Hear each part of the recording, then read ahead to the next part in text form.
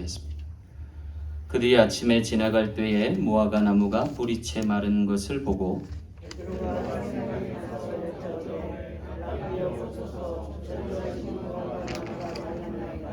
예수께서 그들에게 대답하여 이르시되 하나님을 믿으라.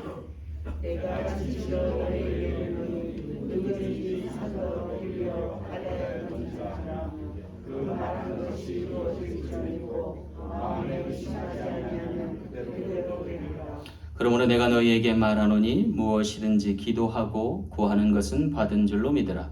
그리하면 너희에게 그대로 되리라. 서서 기도할 때에 아무에게나 혐의가 있거든 용서하라. 그리하여야 하늘에 계신 너희 아버지께서도 너희 허물을 사하여 주시리라. 아멘. 우리 잠시 기도하고 말씀 전하겠습니다. 좋으신 아버지 하나님, 한결같은 믿음 주시니 감사합니다. 상황 가운데 흔들리지 않게 하시고 세상 가운데 자초되게 아니하시되 하나님의 자녀들, 백성들 일어나 빛을 발하게 도와 주옵소서. 믿으면 그대로 되리라는 신앙으로 굳건히 서게 하시고 하나님의 말씀에 믿음으로 반응하여 그 뜻을 이룰 수 있는 귀한 증인 되게 하여 주옵소서. 한 주간의 삶도 승리케 하심을 믿고 거룩하신 예수님 이름으로 간절히 기도하옵나이다. 아멘. 할렐루야. 어느 가정에 믿음 좋은 시어머니가 있었답니다. 이 시어머니의 소원이 하나 있었는데 그것은 자녀를 낳지 못하는 아들 며느리에게 하나님이 자식을 선물로 주시는 것이었습니다. 그도 그럴 만한 것이 결혼한 지 몇 해가 지났는데도 자식이 생기지 않자 조바심이 난 시어머니가 며느리를 데리고 자신이 다니던 교회 목사님에게 안수받기로 했습니다. 그리고 며느리를 데리고 가면서 신신당부를 합니다. 아가야, 목사님이 네 머리에 손을 얹고 기도하시거든 반드시 믿음으로 아멘해야 한다 라고 일러준 거예요. 그 몇 번이나 다짐을 받고 며느리를 데리고 목사님 앞에 가서 드디어 안수 기도를 받습니다. 목사님이 자초지종을 듣고 이 며느리 머리 위에 꾹꾹 눌러가면서 이 가정에 자식이 있을 줄 믿습니다. 믿습니다 하고 여러 번 선포하는데 아멘이 안 나오는 거예요. 그렇게 시어머니가 신신당부했는데도 며느리가 소심해서 그런지 아멘 하고 응답을 못하는 거예요. 그래서 옆에 있던 시어머니가 답답해 죽습니다. 아멘 하라고 했더니 그것도 못하나 하고 속에서 안달이 나는 거예요. 그렇게 잠시 동안 시간이 흐르자 너무나 초조했든지 시어머니가 옆에서 아멘, 아멘 한 거예요. 그러자 놀라운 일이 벌어졌어요. 그 집 시어머니가 늦둥이를 임신하게 됐어요. 안수하신 대로 그 가정에 자식이 또 하나 생긴 거예요. 그래서 후에 목사님이 늦둥이를 낳은 시어머니 댁에 신방을 가게 됐답니다. 그냥 갈 수 없어서 선물을 하나 준비했는데 뭘 했냐면 말씀이 담겨져 있는 성구를 하나 이렇게 액자로 담아간 거예요. 그 말씀이 어떤 말씀이냐면 고린도후서 1장 20절 말씀이에요. 하나님의 약속은 얼마든지 그리스도 안에서 예가 되니 그런즉 그로 말미암아 우리가 아멘하여 하나님께 영광을 돌리게 되느니라. 그럼 믿음이 그리고 아멘으로 하는 반응이 오늘 우리에게 어떠한 역사로 이루어지는 걸까요? 오늘 본문 말씀에도 보면 아주 유사한 믿음에 관한 말씀이 자리하고 있습니다. 근데 오늘 말씀을 가만히 읽어보면 좀 이게 정도가 과하다 싶은 말씀이 하나 눈에 들어옵니다. 그것은 바로 이 말씀이에요. 산도로 들려 바다에 던지려 하며 그 말하는 것이 이루어질 줄 믿고 마음에 의심하지 아니하면 그대로 되리라는 말씀이에요. 아마도 이는 믿음의 가치가 그만큼 크다는 얘기겠죠? 무엇으로도 바꿀 수 없는 가치가 믿음에 있음을 알려주는 대목이에요. 그런데 여러분 더더욱 놀라운 건 뭐냐면요. 이 말씀을 하신 장소가 저주받은 무화과 나무 아래였다. 다시 말하면 실패의 현장에서 선포하신 말씀이라는 거예요. 근데 이 선포의 말씀이 얼마나 위대한 것인가 하냐면요, 이 실패의 현장, 저주받은 무화과 나무 아래에서 깨달음을 얻은 베드로가 그 다음부터는 실수하지 않게 됐다는 거예요. 믿음의 적기를 실기하지 않고 놀라운 믿음의 역사를 일으킬 수 있는 계기가 되었다라고 합니다. 오늘 우리에게도 성공의 자리든 실패의 자리든 자리에 연연하지 말고 믿음으로 선포하여 역사를 이룰 수 있는 우리 모두 되길 간절히 소망합니다. 자, 그렇다면 말씀을 깨우친 그 믿음대로 역사하는, 그래서 믿으면 그대로 되는 역사는 어떻게 이룰 수 있는 걸까요? 오늘 말씀을 통해서 몇 가지 은혜 나누기 원합니다. 첫 번째는요, 하나님을 믿으라 하십니다. 오늘 22절 말씀 함께 보겠습니다. 예수께서 대답하여 저에게 이르시되 하나님을 믿으라 그랬어요. 여기 주님은 단언컨대 하나님을 믿으라 그랬어요. 여러분, 이거 당연한 말씀 아니에요? 하나님을 믿으라? 왜 그런데 당연한 이 말씀을 강조해서 말씀하는 걸까요? 그것은 어쩌면 우리가 믿노라 하면서 정작 하나님을 믿지 못하는 경우가 많아서가 아닐까 싶습니다.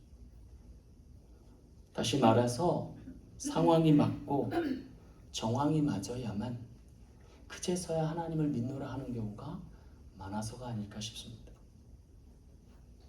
하지만 우리가 주목할 것은요, 이 말씀의 현장이 저주받은 무화과 나무 아래였다라고 하는 사실이에요. 여러분, 도대체 무화과 나무가 뭘 그렇게 잘못했길래 우리 예수님으로부터 저주를 받았을까요? 그리고 갑작스레 말라 비틀어졌을까요? 우리가 가만히 주목해 보면요, 사실 저주받은 무화과 나무에서 특별한 잘못을 찾아볼 수가 없어 보입니다. 왜냐하면 여기 성경에도 보면 아직 때가 이르르지 않았다라는 거예요. 만약 잘못이라고 한다면 믿음을 내야 할 때 믿음을 내지 하는 것뿐이라는 거예요. 여러분, 대체 믿음이 뭐길래 이렇게 가혹하기까지 한 걸까요? 때때로 신앙이 이해가지 않은 대목이 이런 부분이 아닐까 싶어요. 여러분, 순리대로 사는데, 자연의 법칙대로 흘러가는데, 내 양심껏 사는데 뭐가 문제예요? 그렇지 않나요? 근데 그것도 모자라서 저주까지 퍼부어지면 대체 어떻게 살라는 거예요? 여러분, 이렇게 신앙이 납득하지 않는 부분을 우리가 어떻게 받아들여야 할까요? 여러분, 때때로 교회 나갈 때 보면 이해 안 될 때 많지 않아요? 왜 교회는 저렇게 돌아가나? 세상과는 다르게 왜 그렇게 유별난가? 꼭 그렇게까지 해야만 하나? 라고 하는 부분들이 없지 않잖아요. 근데 여러분, 순리대로 자연 법칙대로 사는 것도 중요한데 정작 중요한 게 뭔지 아세요? 주님이 내게 믿음을 요구하실 때 믿음으로 응답하는 것입니다. 여러분, 인생에서 정작 실패하는 게 두려운 게 아니에요. 가장 두려운 건 주님을 영접해야 할 때 영접하지 못하는 거예요. 왜 그렇습니까? 주님을 영접할 때 영접하지 않으면 오늘 우리의 인생이 전체가 자초될 수 있어서. 그러나 반면에 우리가 모든 것을 실기하고 실족하고 실패했을지라도 주님만 제대로 만나면 회복되는 역사가 있게 될 줄 믿으시기 바랍니다. 여러분, 삭개오가 잘한 거 딱 하나밖에 없어 보여요. 성경. 많은 사람들 눈물 짓게 한 사람이에요. 자기가 가진 돈으로 모든 횡포라는 횡포는 다 했을지 몰라요. 그러니까 주변에 한 사람도 안 남아있죠. 단지 자신 앞에 서 있는 사람은 자기 돈 보고 아쉬워서 매달리는 사람뿐이죠. 그러던 차에 예수님 소식을 듣잖아요. 그리고 그 주님 만나고 변화되잖아요. 일순간 인생이 달라지잖아요. 토색한 것에 4배를 갚고 재산의 절반을 사회에 환원해도 아깝지 않을 만한 만남이었잖아요. 어디 삭개오만 그런가요? 예수님과 함께 십자가 졌던 오른편 강도는 어땠나요? 그가 십자가에 저주받은 형태로 죽을 수밖에 없는 뭔가 사연 있는 죄악이 있었을지라도 그가 마지막 순간에 자신을 기억해달라고 주님께 요청하자. 낙원을 선물로 받게 되잖아요. 여러분, 우리에게 믿음을 내야 할 이유는 여기에 있는 거예요. 내가 모든 잘못을 하고 실패의 구렁텅이에 있어도 주님이 회복해 하실 수 있다는 믿음. 그것이 오늘 우리의 영을 살게 하고 우리의 인생을 하나님의 나라로 인도하게 될 줄 믿으시기 바랍니다. 여러분, 여기 무화과 나무에게 무엇이 잘못이 있던가요? 결정적일 때 믿음을 내지 못한 거예요. 여러분, 슬기로운 처녀와 미련한 처녀의 차이가 뭐예요? 똑같아요. 등불 다 준비했어요. 연애에 참여하려고 애타게 기다렸어요. 한 가지, 주님 오실 때 등불을 준비하지 못하고 기름을 준비하지 못하고 맞이하지 못한 거죠. 다시 말하면 결정적일 때는 믿음을 잃지 말아야 한다는 거예요. 그럼 우리가 결정적일 때 믿음을 잃지 아니할 때는 언제예요? 주님이 내게 찾아오실 때, 그리고 내게 믿음을 요구하실 때. 여기서 우리가 반가지 말 것은 무화과 나무 앞에서 믿음을 요구하신 이가 주님이란 사실이에요. 예수라는 한 청년이 아니라 하나님의 아들 되시고 구주 되시는 예수님, 하나님이란 사실이에요. 그 주님을 주님으로 인식하고 주님이 요구하시는 믿음으로 반응해야 오늘 우리의 운명이 달라지기 때문입니다. 그래서 그것이 결정적인 때가 되는 거예요. 여러분, 그도 그럴 것이요. 우리 인생의 역사의 분기점이 있어요. 그게 언제예요? 주님을 영접할 때. 개인적으로는 거듭날 때고 역사적으로는 커다란 전환점을 맞을 때. 그래서일까요? 예수님이 이 땅에 오시고 우리를 위해 구원의 날을 선포하신 날부터 역사가 바뀌어요. 어떻게 바뀌어요? BC와 AD로 바뀌어요. BC는 Before Christ예요. 근데 우리가 곰곰이 생각하면 BC하고 AC가 맞지 않을까요? Before Christ, After Christ. 근데 공교롭게도 역사는 Before Christ, 그 다음에 안에 도미니로 나눠요. 그래서 AD예요. 아니 도미니가 무슨 뜻이냐면 주의 해라는 뜻이에요. 주의 날, 뭐 그런 뜻이에요. 무슨 뜻이에요? 주님을 영접한 첫 해라는 뜻이에요. 이건 뭐예요? 내가 주님과 본격적으로 사랑을 나누는 첫 해. 여러분, 연인들이요, 아주 오랜 동안 절친으로 지내다가도요, 사랑에 빠져서 falling in love 하면 그때부터 뭘 정해요? 첫날이라고 정해요. 그래서 뭐라고 그래요? 오늘부터 1일 그러죠.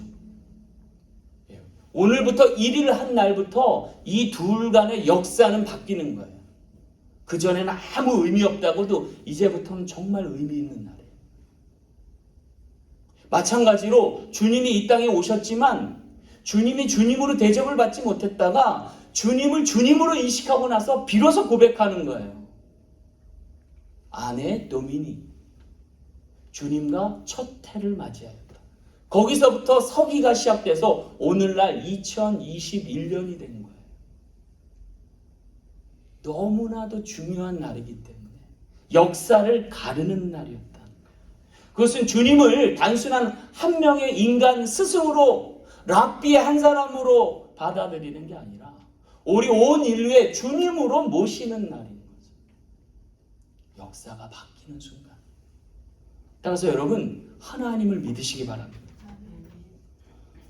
그 주님을 우리가 영접할 때 오늘 우리가 거듭나게 되죠. 결정적인 날이에요.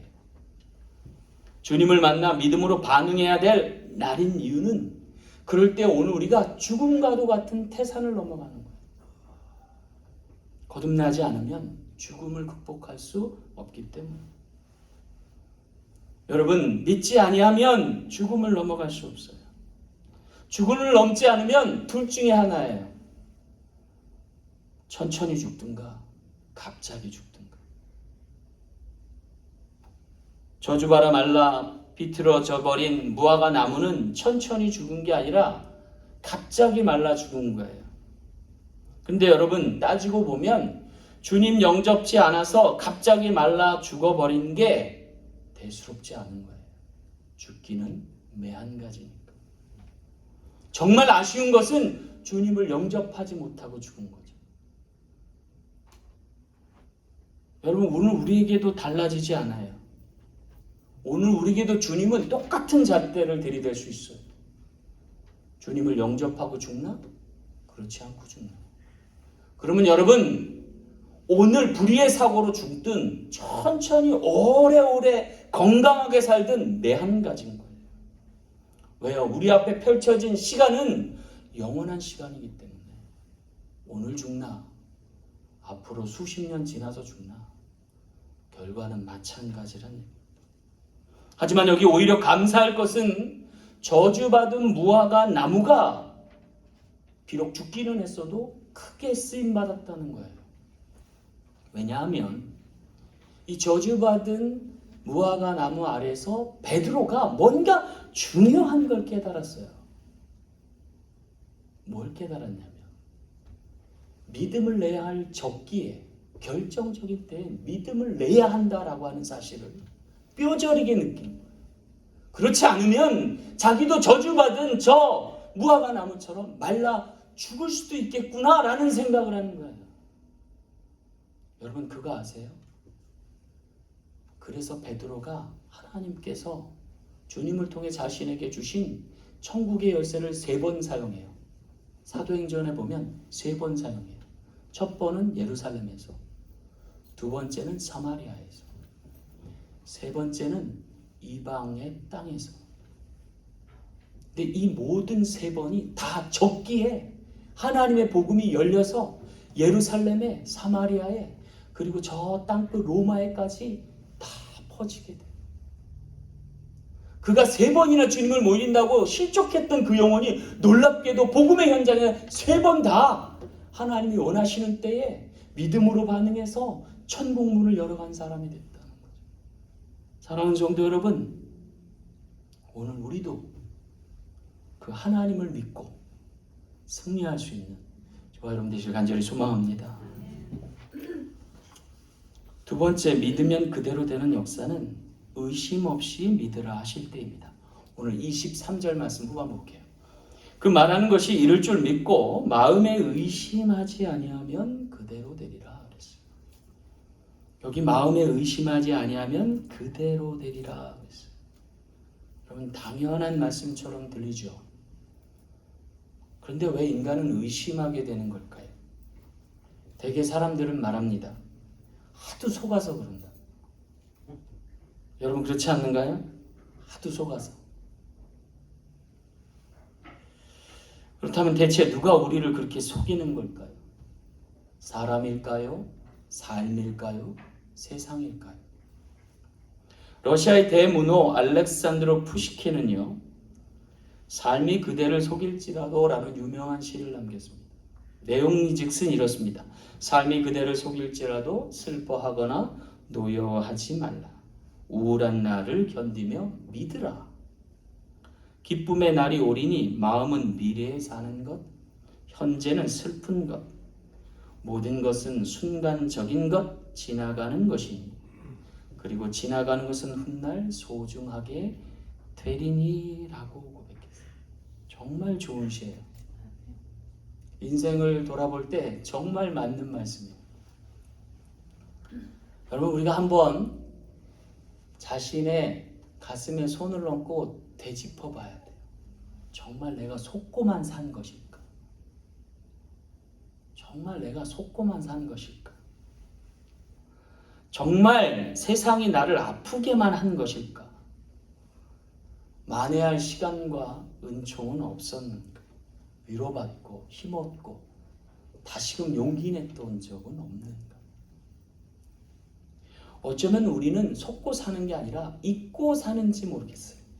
은혜를 잊고 감사를 잊어버리고 그렇게 사는 거죠. 그리고 꼭 세상에 받았던 상처나 삶에 드리워졌던 얼룩이나 내 모난 인생의 부분들만 기억하고 살진 않습니까?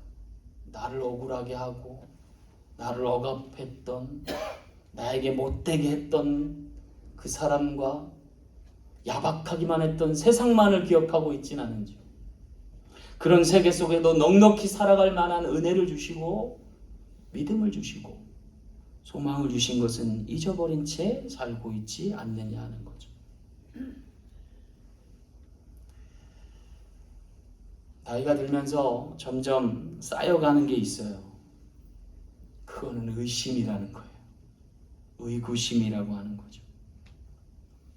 그런데 여러분, 곰곰이 생각해 보자고요. 하나님의 은혜를 기억한다면, 하나님이 베푸신 기적을 상기한다면 사실 의심치 않아도 되지 않나요? 또 한 번 속아도 괜찮지 않을까요? 주님이 계시다면. 오히려 우리를 속이는 것은 세상이 아니고 삶은 더더욱 아니고 오히려 시간이 아닐까 싶습니다. 시간. 잃어버린 건 단지 시간뿐 아닌가요? 제가 좋아했던 유행가 중에 김광석님의 청춘이라는 노래가 있어요. 여기서 불러드릴 순 없고 가사만 불러드리면, 점점 더 멀어져 간다. 머물러 있는 청춘인 줄 알았는데 점점 더 잊혀져 간다. 매일 이별하며 살고 있구나. 흘러가고 잊혀져 갈 시간 아래 우리가 진정 깨달아야 될 것 있어요. 시간을 흘려보내되 믿음은 잃지 말아야 한다. 왜냐하면 보낸 시간만큼 우리가 챙겨야 할 것은 믿음이기 때문입니다. 그리고 천국에 가서 그 믿음을 보여야 하기 때문입니다. 여러분, 우리가 유의할 것은 시간은 흘러가 없어질 것만이 아니라는 거예요. 또한 죽으면 모든 것이 끝난다라고 하는 착각일지 모른다는 거예요. 우리가 진정 두려워해야 될 것은 시간이 흘러가는 것도 뒤죽박죽 꼬여버리는 것도 아닐 수 있어요. 왜냐하면 우리 앞에는 영생이란 시간이 있기 때문이에요. 여러분이 잃어버리는 시간, 뒤엉켜버리는 삶의 궤적은 얼마든지 회복될 수 있는 여지와 기회가 많다는 거예요. 정작 우리가 두려워야 할 것은 우리에게 주어진 시간 안에 마쳐야 할 것을 마치지 못하는 미완성으로 종국되는 삶이에요. 왜 그럴까요? 우리의 인생을 재단하시고 편집하실 하나님께서 미완성으로 귀결된 인생은 어떻게 해줄 수가 없어서 그래요. 그러니 여러분, 믿으십시오. 믿고 살아야 합니다. 때론 실패해도 괜찮아요. 때로는 낭비해도 괜찮아요. 주님이 편집해 주시면 돼요. 쓸데없는 부분은 잘라내면 되고 잘못된 것은 고쳐주면 되잖아요. 그런데 찍어야 될 걸 찍지 못하고 오고 만들어내야 될 걸 만들어내지 못하고 오면 그때는 어떻게 해요? 그러니까 좀 내 맘대로 안 돼도 더 살아보자고요. 내 뜻대로 안 돼도 마저 해보자고요. 그것의 결국은 주님이 하실 일이지 내가 할 일 아니잖아요. 주님이 해주시면 얼마든지 좋은 작품 나올 수 있잖아요. 그리고 나머지는 주님과 함께 살면 되잖아요. 영원히 저 천국에서 기쁘고 즐겁게. 이젠 내가 할 일 다 했어요, 주님 하고 안식할 수 있지 않겠어요? 여러분, 주님이 책임져 주실 걸 믿으시기 바랍니다. 아멘. 의심치 마시기 바랍니다. 아멘. 흘러간 시간 아까워하지 말고 앞으로 남은 여정 기억해서 열심을 다할 수 있는 믿음의 사람 되시길 간절히 축원합니다. 마지막 세 번째, 믿음으로 되어질 것은 받은 줄로 믿으라 하십니다. 오늘 24절 말씀 볼게요. 그러므로 내가 너에게 말하노니 무엇이든지 기도하고 구하는 것은 받은 줄로 믿으라. 그리하면 너에게 그대로 되리라. 여기 주님은 구하는 것은 받은 줄로 믿으라 하십니다. 어쩌면 이 말씀처럼 우리의 인생에 그렇게 불러갔으면 좋겠어요.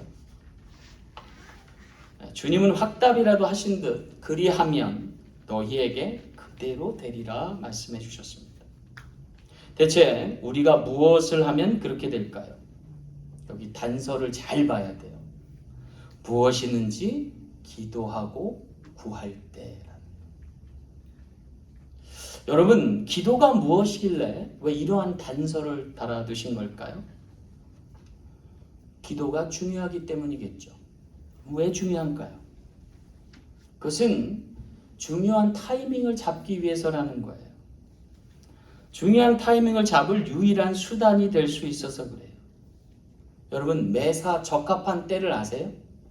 날 때가 있고 죽을 때가 있고 전쟁할 때가 있고 평화할 때가 있는데 그거 아세요? 그거 알면 우리가 정치를 하게요. 그죠? 잘 모르죠. 저도 잘 모르겠어요.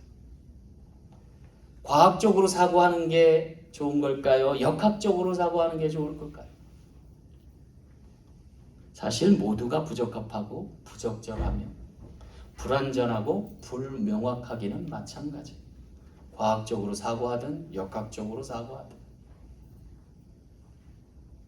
그럼에도 불구하고 우리가 받은 줄로 믿고 기도해야 될 이유가 뭘까요? 주님이 함께 하시면 합력하여 선이 되기 때문에. 그리고 주님과 함께하는 방편이 기도하는 것이기 때문에. 우리가 실패인 것 같지만 도리어 그것이 재기의 발판일 수 있고요. 우리가 낭패하여 끝장인 것 같은데 주님은 거기서 다시 시작할 수 있어요. 그리고 모든 것이 합력하여 선을 이루시는 분이에요. 그러므로 여러분 믿으십시오. 주님과 함께하면 달라집니다. 따라서 오늘 우리는 매 순간순간 기도해야 될 줄로 믿습니다. 왜냐하면 기도에는 이유가 없고 기도할 이유만 있기 때문입니다.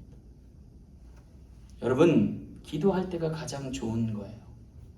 왜냐하면 내 힘을, 내 마음을 내려놓고 주님의 것으로 바꾸는 시간이기 때문에 그렇습니다. 여러분, 그렇지 않던가요?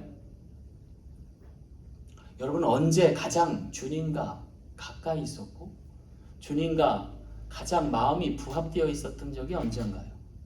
한번 상고해 보세요. 내가 주님과의 갭이 없고 가장 근거리에서 주님과 밀착하여 살던 때가 언젠가? 따지고 보면 가장 어렵고 절박할 때 아니었나요? 기도하지 않고는 어떻게 헤어나올 수 없을 때가 아니었던가요? 여러분, 아틀란타 이민사 오래 사신 분들이 있어요. 그분들이 동일하게 하시는 말씀이 있어요. 그때가 좋았다. 옛날이 좋았다. 그때는 하는 것마다 잘 됐다고. 돈을 쓸어 담았다고 막 얘기하시더라고요. 여러분, 그때가 딱히 호황기라 그랬던가요? 여러분, 맨날 불황이라고 하는데 언제가 불황이 아닌 적이 있었던가요? 그럼 뭐예요? 그때가 좋았던 이유는 뭐예요? 주님이 나랑 가까이 계셨던 거예요. 이민촉이 얼마나 어려웠겠어요. 믿는 건 주님밖에 없었을 때 아니었어요? 그렇으니까 잘 되는 거죠. 그때가 좋아서도 아니고 내가 잘해서도 아니고 주님이 나와 함께 하시니까 잘 될 때가 아니었냐라는 거예요. 우리가 주님과 가장 뜨거웠던 산사귐의 때를 회복해야 될 줄로 믿습니다. 그 믿음의 열정의 강도가, 기도에 대한 간절함이 역사의 불씨가 된 것이고 기적과도 같은 이런 일들을 이뤄낸 줄 믿으시기 바랍니다. 우리에게 가장 좋았던 때는, 이유는 의심할 여지가 없어서가 아니라 의심할 새가 없었기 때문이 아닐까 싶습니다. 그만큼 거리에서 주님을 믿고 의지하여 승리할 수 있는 우리 모두 되셔서 무엇이든지 기도하고 구하는 것은 받는 역사가 저와 여러분에게 일어나길 간절히 소망합니다. 말씀을 맺습니다. 여기 무화과 나무는요, 한 가지 남다른 특징을 갖고 있어요. 그건 뭐냐면 잎사귀를 내기 전에 열매를 맺는다. 그러니까 열매를 맺고 나서 잎사귀를 낸다. 왜 이런 특성이 나냐면 무화과 나무는요, 좋은 곳에 심으면 1년에 5번도 열매를 맺는다는 거예요. 5번까지 하도. 그러니까 언제 이파리를 내고 언제 열매를 맺는지 이 순서가 뒤죽박죽 될 만한 거예요. 주님이 열매를 찾으시는 그때는 이미 지났을 때도 됐고 이른 때도 될 수 있는 거예요. 중요한 건 뭐예요? 주님이 오셨을 때 얼마든지 믿음으로 반응할 수 있는 나무였다는 거죠. 믿음을 낼 때가 적기라고 하는 사실이에요. 베드로는 이것을 깨닫게 되는 놀라운 계기였고 그의 인생에 놀라운 믿음의 역사를 펼칠 수 있는 계기가 됐어요. 비록 주님 앞에서 3번이나 모른다고 실족했을지라도 다음번에는 믿음의 실기를 놓치지 않고 적기에 믿음을 내면 주님이 받으실 만한 역사가 나타난 것을 알게 되는 거죠. 사랑하는 성도 여러분, 오늘 우리도 그 믿음의 적기를 가늠하고서 인생을 주 앞에서 함께 승리하고 합력하여 선이 되는 우리 모든 인생 지체 되시길 간절히 소망합니다. 기도하겠습니다. 참 좋으신 아버지 하나님 감사합니다. 오늘 우리에게 믿음의 때를 알게 하시고